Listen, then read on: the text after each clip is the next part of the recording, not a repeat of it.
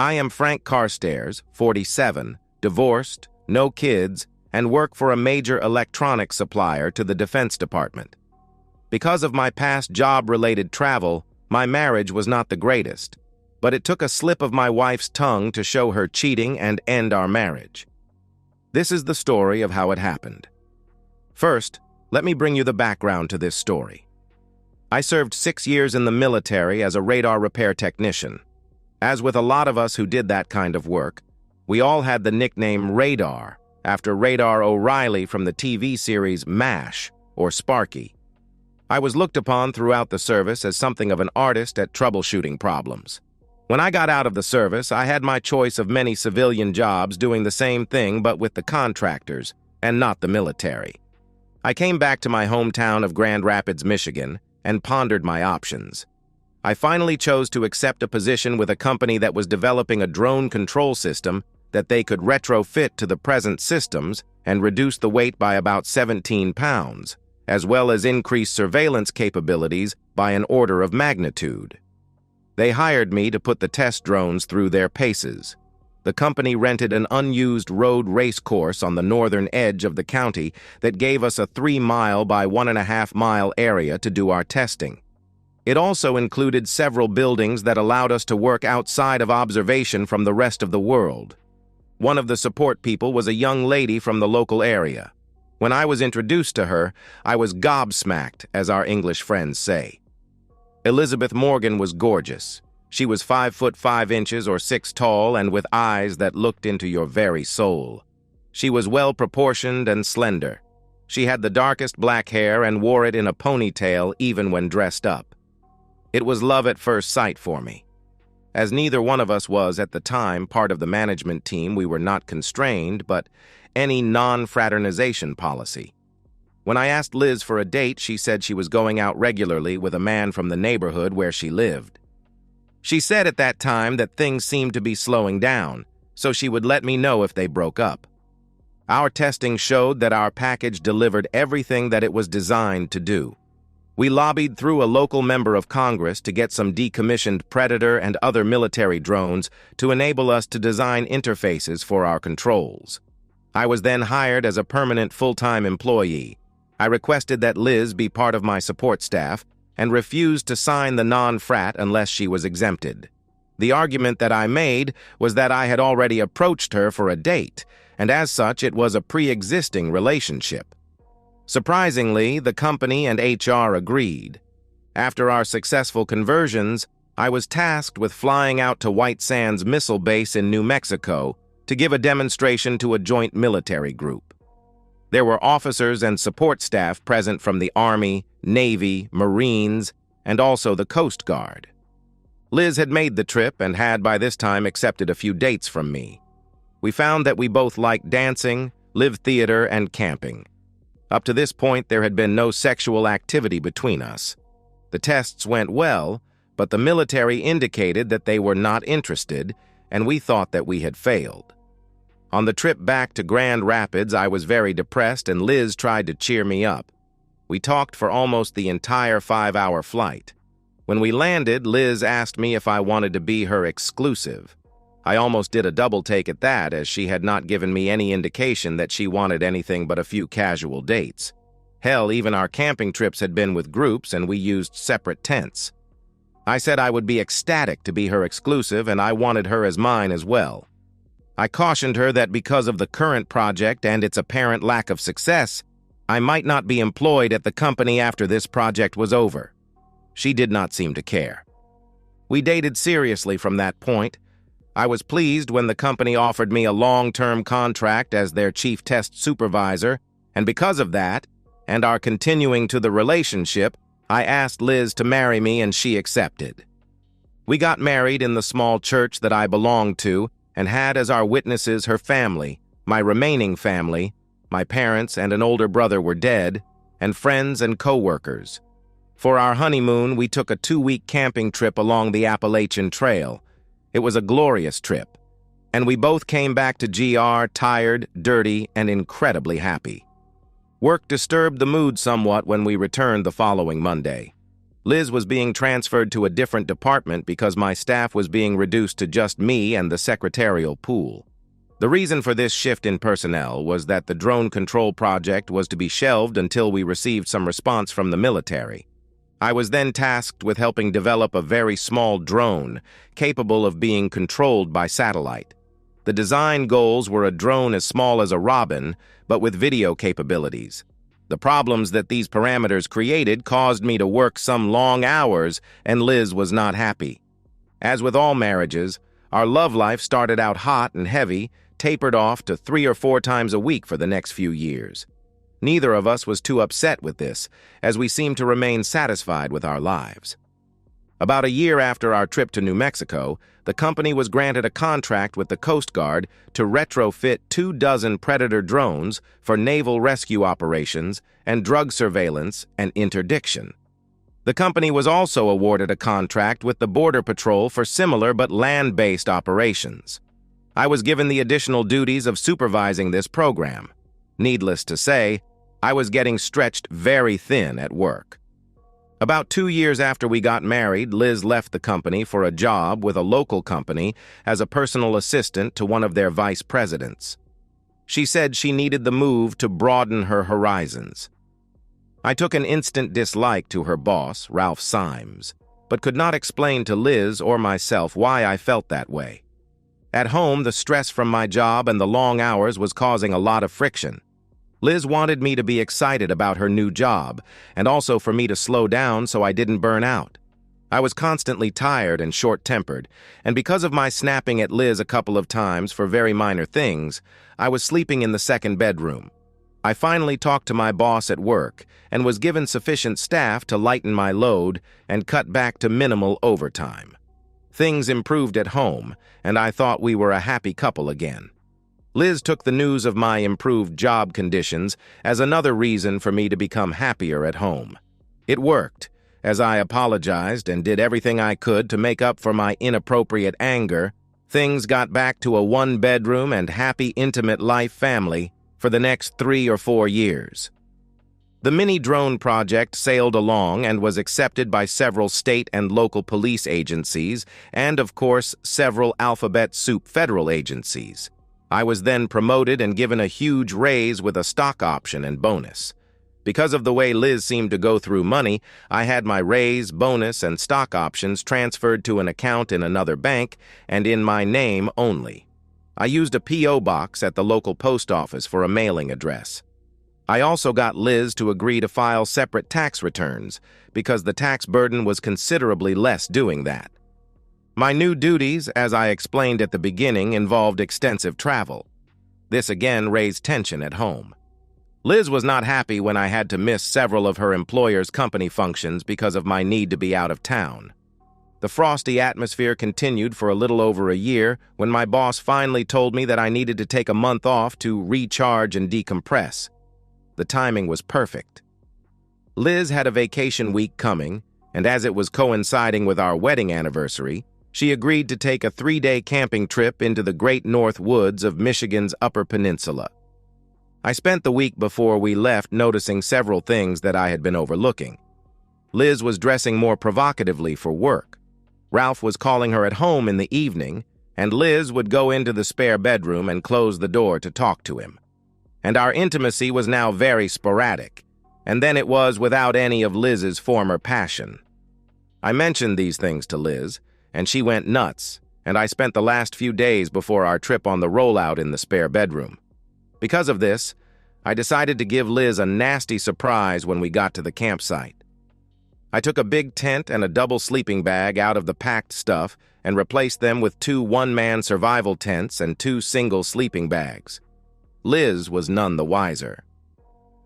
The weekend came and we left Grand Rapids for the up to 6.5-hour drive around noon. We crossed the straits on the Mighty Mac at around 3:45 p.m. We still had 1 to 2 hours to get to the campsite, so we decided to get a room in St. Ignace. As we did not have prior reservations, the only room available was with 2 queen beds. Liz was angry when I took one of the beds after she had turned down the other. Dinner was a frosty occasion at a local restaurant. We went back to the motel, and I showered and went to bed. Liz was still fuming and wanted to pick a fight. I was finally fed up with her attitude and lit into her. I managed to let her know that I wasn't going to put up with the crap she had been dishing on me, and until she changed, I would sleep in a separate bed. Liz asked how that was going to work at the campsite. I just said, "Already taken care of." She glared at me and turned out the lights. I heard some soft crying, but I was angry and disappointed to the point I did not feel the need to comfort her. In the morning, we had a very silent 2-hour drive to the campsite. When we got there, I handed Liz her tent and sleeping bag, and she went ballistic on me. She screamed, "What gives you the right to treat me like this?" I snapped back. "The same right that gives you the right to deny me the marriage bed. Did you bother to think about that? Can you answer that? What has changed is that you have become an insufferable woman. When we get back to the apartment, you are sleeping on the rollout." Liz looked abashed and turned around mumbling something, and then I heard the words that killed our marriage, muttering under her breath but still loud enough to be heard. "Ralph has never kicked me out of the bed." I now was ballistic. I grabbed all of the stuff, put it back in the car, grabbed Liz, and set her down in the front seat, climbed in and started driving. Liz had a shocked look on her face and asked, "Where are we going?" I screamed, "As soon as we get a reliable signal, you are going to call Ralphie boy and have him meet us in Cadillac. Then you are going with him. You are no longer allowed in the apartment I pay for. I will see a divorce lawyer on Monday, and you can come and get your stuff any day next week. I heard that Ralphie boy likes you in his bed." "Oh no," she cried. "I'm sorry. You weren't supposed to hear that." "Well, I did. And you obviously have experience with Ralphie boy not kicking you out of bed. Except maybe to do you on the floor. Think about what you have destroyed. I have never cheated on you. I have been propositioned, plied with booze, and outright invited to have intimacy with women while I have been on the road. Unlike you, I take my vow of forsaking all others seriously. Do you have any other stupid remarks to make? Did Ralphie boy always use protection, or do I need to get checked for STDs? Did you ever give me sloppy seconds? How long has this affair been going on? What about all of your other affairs that I don't know about? Are you going to answer any of those questions?" With each shouted question, Liz seemed to shrink smaller and further into the passenger seat. She was silently sobbing and looking out of the window. She finally took a big sigh and said, "I'm sorry, I didn't mean for it to happen. It's all my fault." She took a big breath of air and continued. "When you didn't show up at some of the company functions, Ralph started making smarmy cracks about how if he were my husband, he would not be so inattentive. Finally, I fell for his line. We started having intimacy about 8 months ago. He is the only person that I've been cheating with. It was almost over, and I told him last week that I was going to use this trip to try and rekindle the intimacy that we lost in our marriage." I stopped her right there. "Is that why you kicked me out of our bedroom this week? To rekindle the intimacy? You still haven't said if you used protection or if you took any other precautions against things like, oh, I don't know, pregnancy." She shrank back into the seat and sat silently until we reached St. Ignace again. I put my cell phone on the speaker setting and handed it to her. Then I told her, "Call Ralphie boy and let him know we are coming, and if he doesn't come and get you, I will drive to his house and drop you off there. I am sure his wife will love that." I was on a roll now. "You might also tell him that he needs to watch his back, because while I will not harm him, I'm sure others in his company might when they find out what you two have done. I am pretty sure that you are not Ralphie boy's only woman, and he will wonder how many of the ladies in the office are finding irate husbands will want a piece of him." She called the number, and a lady, Ralph's wife, answered. Before Liz could say anything, I said, "This is Frank Carstairs, and I need to talk to your husband about his affair with my wife. If he won't come to the phone, I will see him in a few hours when I drop his woman off at your front door." I heard a sob and a woman's scream. "Ralph, get your sorry back down here and talk to this person on the phone. I'll start packing your stuff." Ralph came on, and I signaled Liz to start talking. She sort of hemmed and hawed and finally said, Frank has found out about us and he insists that come to Cadillac and pick me up, or else he will drop me off at your front door. Good old Ralph replied, "No way in hell am I coming to get you. If you show up at—" I jumped in at this point. "Yes, Ralphie boy, you will come and get her, or I will go and sit on the threshold of the personnel office door with a notice of an inappropriate sexual liaison between a supervisor and a subordinate. We are almost to the straights now, so you better get your back in gear." He started to bluster. "You can't prove anything." I said, "Maybe not. But the lawsuit and a sexual harassment complaint from a spouse will not going to be ignored. See us at the Meyer parking lot on Boone Road in about 2 hours. Remember, if you are not there, your wife will get to meet my wife and her tale of woe. Your choice." He then started screaming, "You cheating woman! Liz, you have cost me my marriage." I interrupted again. "It takes two to cheat. I'll bet that if I file the lawsuit and subpoena your personnel records, I will find other complaints of sexual impropriety." I could almost hear his shoulders fall. "All right, you son of a blip. I'll be there." As we were getting closer to Cadillac, Liz started pleading to let her stay in the apartment. She cried that she would do anything to stay with me. This really angered me, and I just let her have it. "You cheating woman, you don't care about me, or you would have been more supportive, more loving, and much more understanding. I did nothing to push you into an affair. I was working hard because I wanted you to have everything. I did not want to work those hours, but the job required it. I would not and will not find a job that will pay as well or have as much chance to improve my position as in this company. If our marriage was so important to you, how do you justify what you have done to destroy it? Does forsaking all others ring a bell in your addled mind? What you have done has destroyed us. It has destroyed all that was good with us. It has destroyed, in all likelihood, your lover's marriage and home life. Is any of this getting through?" Liz was crying now. "I just shut up for the rest of the drive to Cadillac." When we got there, I wondered if Ralph was the violent type, or if my actions had pushed him over the edge. He was sitting in his car looking like someone had kicked his dog.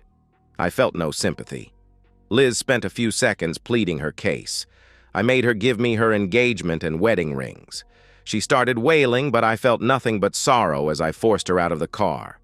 When the door closed, I started the drive of 110 miles back to Grand Rapids. I thought that my life might just as well be over. I was not paying a lot of attention to my driving when Ralph came flying past me, and he must have realized, or Liz told him, that it was me he just passed. I saw him exit at 17 Mile Road. After I passed that exit, I again was only half paying attention when my car was hit in the rear by another.